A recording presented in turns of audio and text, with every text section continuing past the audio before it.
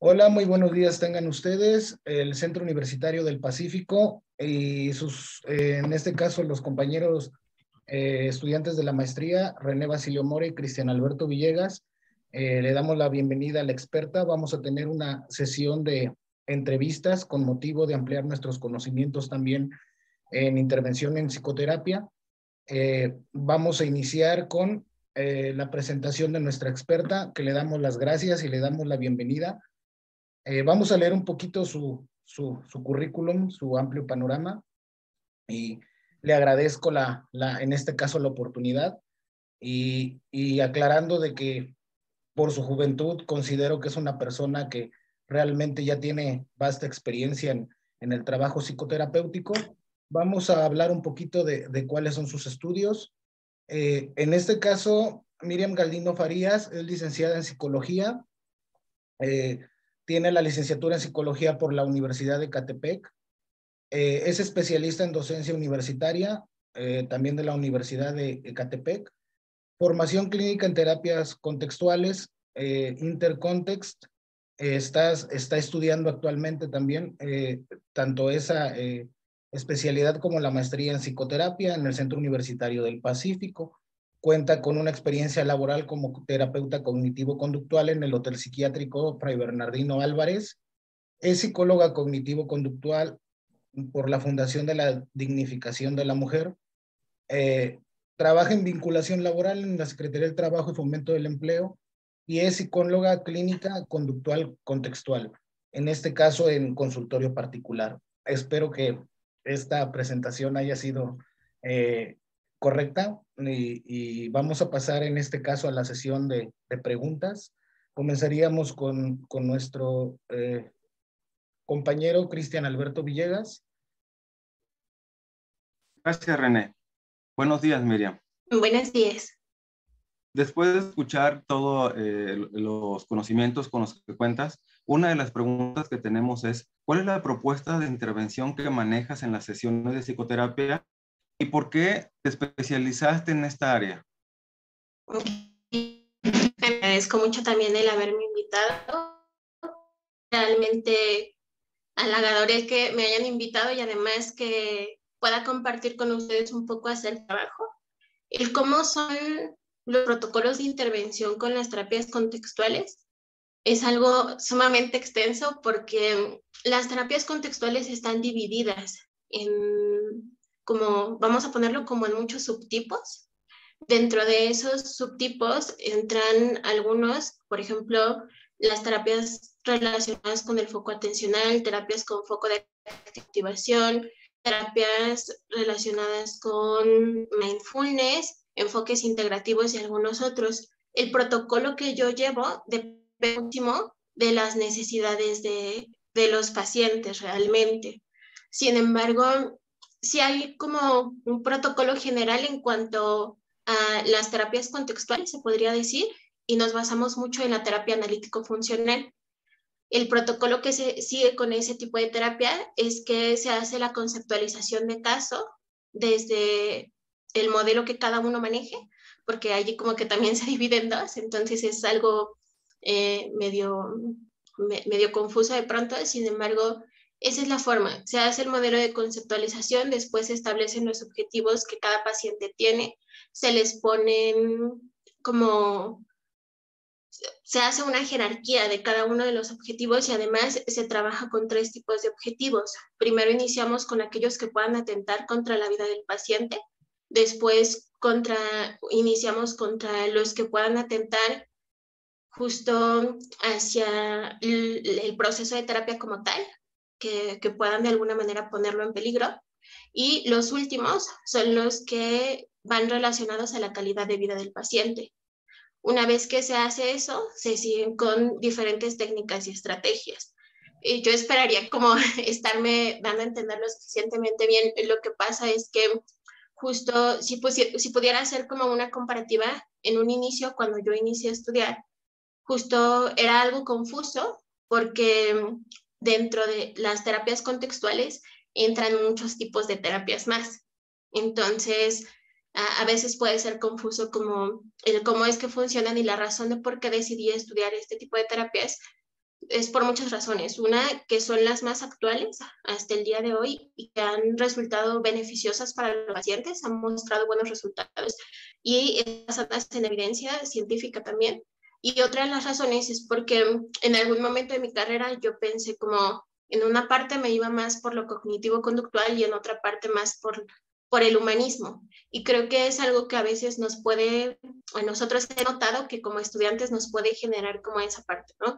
Algunos consideran el humanismo como algo más personal, algo, un tipo de terapia basada más en otro tipo de situaciones que tienen que ver con esta humanidad que mostramos para los pacientes, y cognitivo-conductual a veces puede verse como algo más cerrado, como algo más tajante. Entonces yo diría que las terapias contextuales son la mezcla de los dos. De alguna forma tienen principios que comparten, que hacen que este tipo de terapia sea basada en evidencia y al mismo tiempo esté basada en valores humanos y que sea algo donde se le dé el valor al paciente como persona. Prácticamente sería eso. Gracias. ¿Y cuáles son los tipos de usuarios que son candidatos a someterse terapéuticamente a este enfoque? Ok. Prácticamente yo podría decir que la mayoría, casi todos. Lo que pasa es que las terapias contextuales tienen, como decía, diversos enfoques y dentro de esos hay enfoques integrativos que van más en cuanto al tratamiento que se da, al protocolo de tratamiento. Dentro de esos dos existe la terapia de aceptación y compromiso y la terapia dialéctico-conductual. La terapia de aceptación y compromiso va más encaminada a que el paciente puede aceptar en su vida el sufrimiento normal que suele haber en la vida de los pacientes y saber diferenciar bien en qué momento aceptarlo y comprometerse a hacer un cambio también. Va más hacia el desarrollo de la flexibilidad y de algunos otros aspectos. Y la terapia dialéctico-conductual tiene la característica de que es sumamente recomendada para casos donde se atienden personas con desregulación emocional. Por ejemplo, algunos tipos de diagnóstico que suelen tener un buen pronóstico con ese tipo de tratamiento es trastorno por estrés postraumático, por ejemplo, o también trastorno límite de la personalidad, porque en ese tipo de casos suele darse una desregulación emocional significativa. No es que con la terapia de aceptación y compromiso no funcione, solo que por ahí hay algunas diferencias conceptuales que quizás lo faciliten más en cuanto a trabajarlo con eso. En general, sabemos que las terapias tienen como cierta población en específico, ¿no? Se recomienda para cierto nivel socioeconómico, cierto nivel educativo.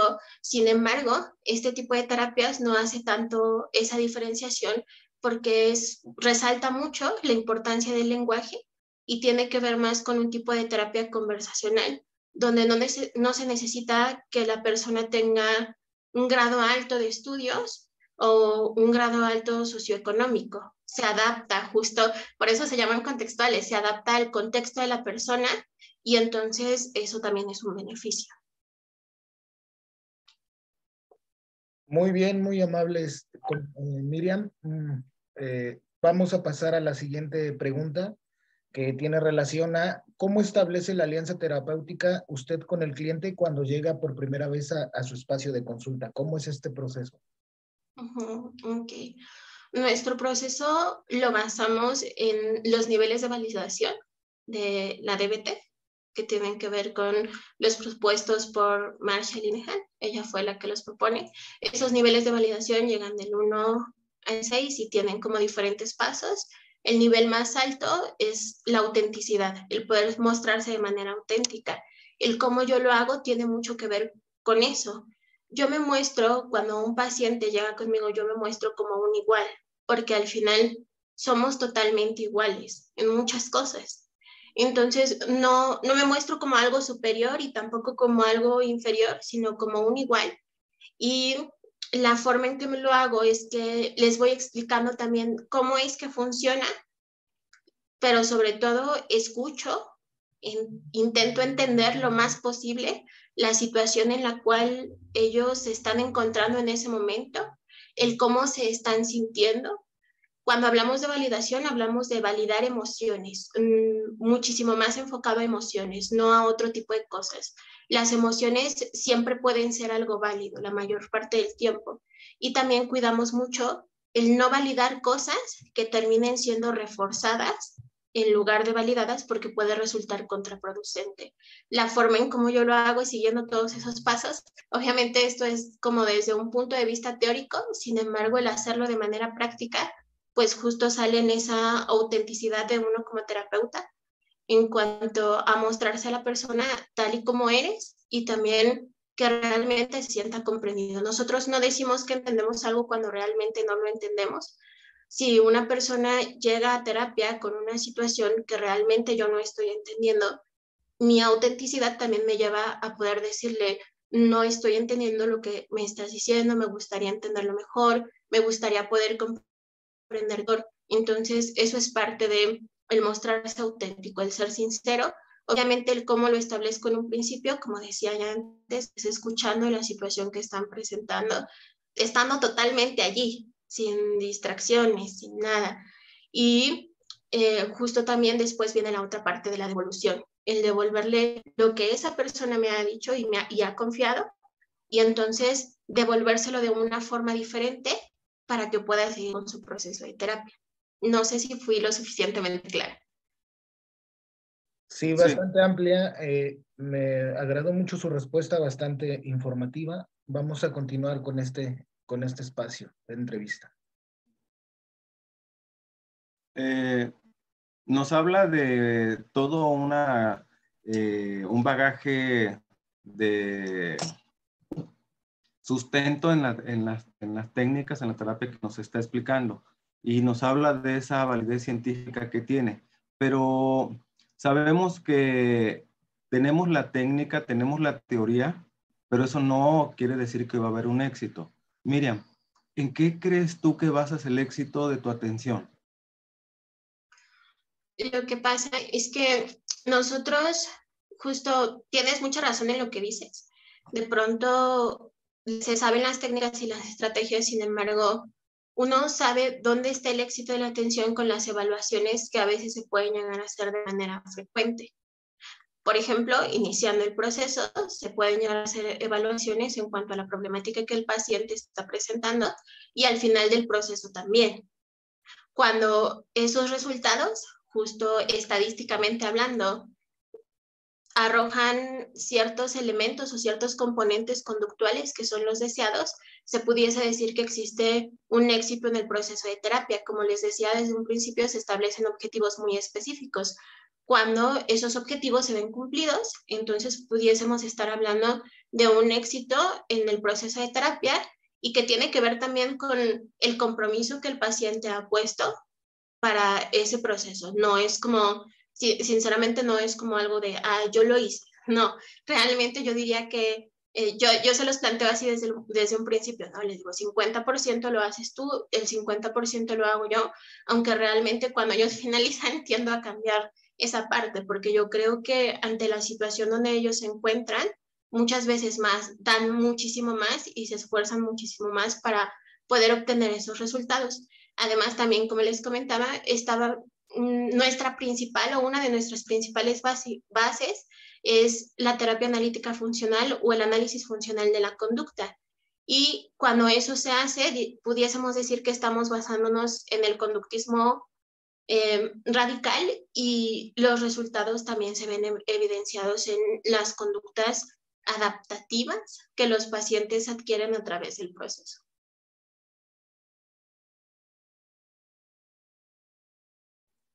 Gracias. Muy bien, muy amplia su respuesta, psicóloga Miriam. Vamos a continuar. En este caso, sabemos que el hecho de ser psicólogo no nos garantiza el éxito como psicoterapeutas. Digamos que de cierta manera es muy diferente, ¿sí? Es una cuestión que requiere preparación, que requiere cierto entrenamiento constante y actualización. En este caso, ¿qué formación profesional considera que se necesita para obtener buenos resultados como psicoterapeuta? Es decir, si yo quiero ser psicoterapeuta, ¿qué necesito bajo su claro, bajo su enfoque que tiene, licenciada.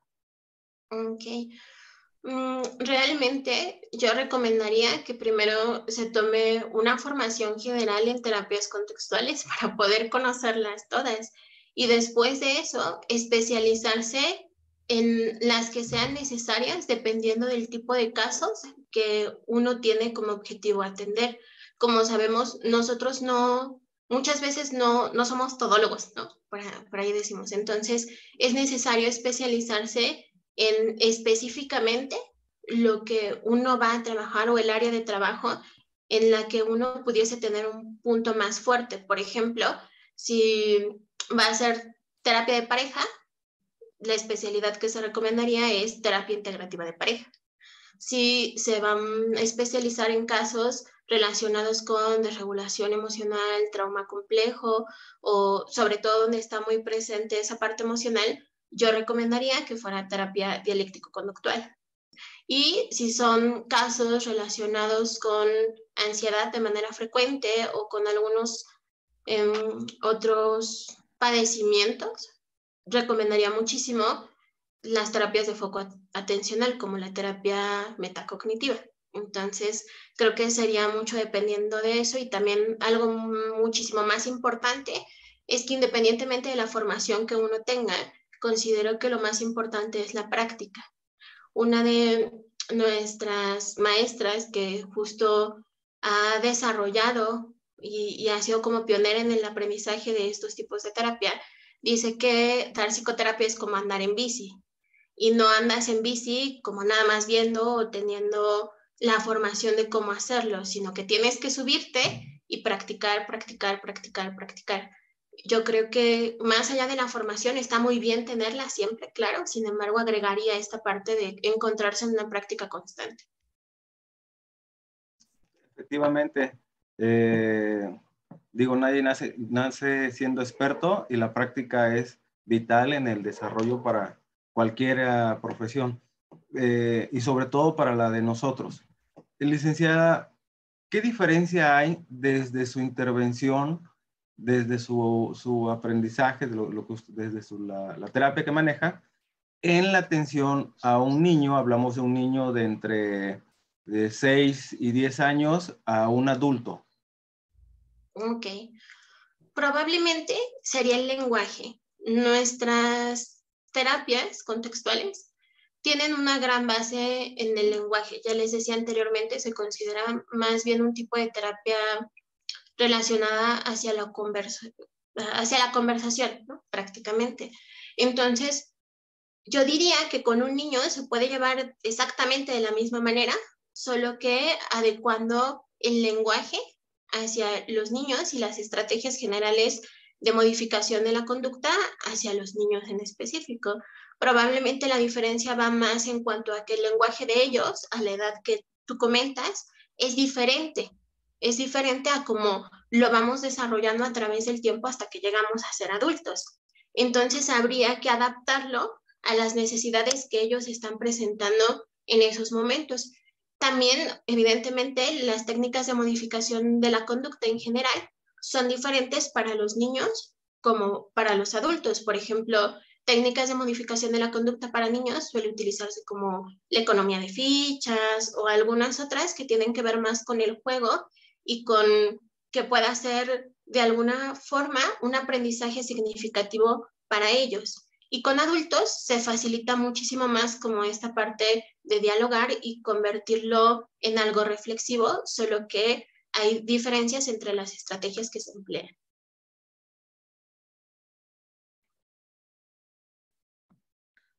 Muy amable, licenciada, es amplia su respuesta. Hay otra pregunta que a mí me gustaría hacerle, que tiene que ver con la cuestión. Sabemos que obviamente el trabajo psicoterapéutico, así como tiene su aprendizaje, su enseñanza, sus bondades, debe de haber alguna situación que se nos complique. Y en este caso, me gustaría preguntarle cuál ha sido el caso más complicado que le ha tocado a grandes rasgos, o qué casos son los más difíciles de abordar bajo su enfoque. Ok, me gustó mucho tu pregunta, René. Mira, realmente son dos tipos de casos. Los casos que tienen que ver con desregulación emocional, que se trabajan desde la terapia dialéctico-conductual y que ya les explicaba, pueden llegar a ser difíciles, pero no en términos teóricos, sino del esfuerzo que requiere por parte del terapeuta. Ese tipo de casos, el trabajar con terapia dialéctico-conductual prácticamente significa, por ejemplo, estar en la disponibilidad de responder llamadas, de estar en contacto, porque se da algo que se llama consejería telefónica para las situaciones que pueden presentarse en situaciones muy críticas, por ejemplo. Otra es que el terapeuta debe de tener disponibilidad también para trabajar en conjunto con otro grupo, con un grupo de terapeutas que trabajen bajo el mismo enfoque, que debe de estar en una supervisión constante, es decir, el grado de exigencia es muchísimo mayor porque el caso o ese tipo de casos lo requieren así. Entonces pudiese llegar a ser algo más complejo. Yo en lo personal, por ejemplo, no acepto casos de este tipo porque me requeriría muchísimo más esfuerzo y además de eso, una formación todavía muchísimo más avanzada en ese tipo de terapia. Entonces lo que hago es derivar ese tipo de casos porque en ellos, al existir una desregulación emocional, también existe una importante probabilidad de riesgo suicida o de algunas otras situaciones. Entonces es mejor prevenir ese tipo de situaciones y derivarlos con alguien que realmente los vaya a atender como lo están necesitando. Ese sería uno. Y el otro, prácticamente el caso más difícil que yo recuerdo es un paciente, digo en general, que estaba diagnosticado con trastorno antisocial de la personalidad. Entonces, yo diría que el trabajo con los pacientes que presentan ese tipo de conductas pudiese ser sumamente complicado porque realmente se presentan muchísimas cosas, ¿no? Habría que hablar de componentes biológicos y de otros aspectos que de pronto quizás no están siendo lo suficientemente funcionales para generar un cambio lo suficientemente significativo en el paciente. Entonces, en general, pudiese decir esos casos en específico por las situaciones que te comento.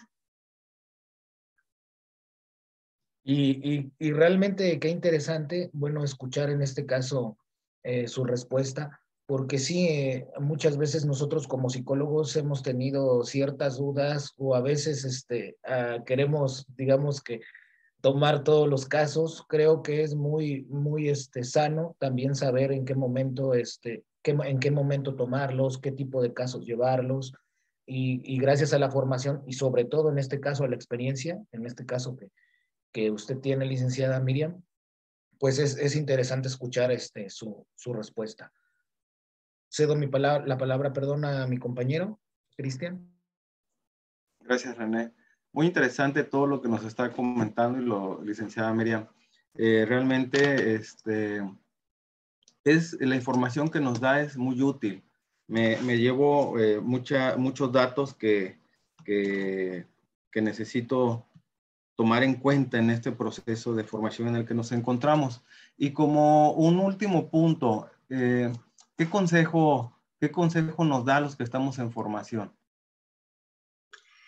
Yo entiendo, ahorita que lo comentan, yo creo que pudiésemos llegar al mismo punto. Cuando uno está iniciando en el trabajo psicoterapéutico o incluso ya llevando tiempo, es normal que nosotros podamos sentir miedo, que podamos sentir muchas emociones respecto a cómo estamos haciendo el trabajo. Tener dudas, la incertidumbre de si lo que estamos haciendo funciona o no está funcionando tanto. Y sobre todo hay un nerviosismo natural, yo diría que es totalmente natural. Y que incluso en algunos momentos, en los procesos de terapia, podamos decir al final de la sesión, alguna vez escuchaba que no sé ni qué hice, o sea, lo que hice fue una porquería, ¿no? Prácticamente. Y yo creo que lo más importante es poder admitir eso, poder admitir que siempre necesitamos estar en formación constante y practicar, y que nos vamos a equivocar, y que aún así tenemos la oportunidad de seguir aprendiendo y seguir avanzando.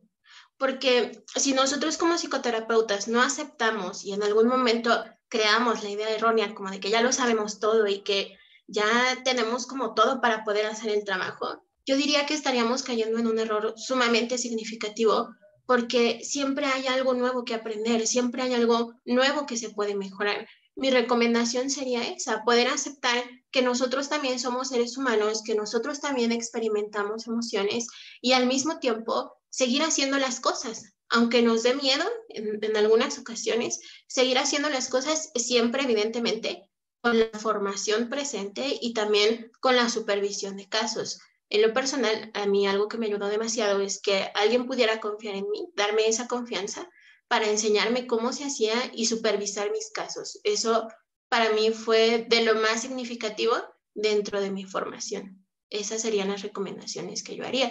Sé que algunos, otra recomendación que hacen es llevar un propio proceso de terapia. Sin embargo, creo que también depende de la situación personal de cada uno. Los terapeutas contextuales consideramos que muchas veces, conociendo el análisis funcional de la conducta, también tienes más facilidad de desarrollar propias habilidades para no tener que estar en un proceso todo el tiempo y también saber reconocer en ti lo que quizás hay que cambiar y también saber reconocer cuando necesitamos ayuda. Entonces serían prácticamente esas tres: la formación, la supervisión y justo esta otra parte, ¿no? En algún momento de ser necesario, llevar un propio proceso. Licenciada Miriam, muchas gracias por estos consejos, realmente muy válidos. Le agradecemos mucho de parte de mi compañero René Basilio Mora y de mi parte Cristian Villegas por este tiempo y por esta valiosa información que nos está proporcionando. Muchas gracias. Muchas gracias, licenciada. A mi nombre también, obviamente le quiero dar las gracias por permitirnos el espacio. Espero que tengan un bonito día y ha sido muy productiva esta charla. No hay de qué.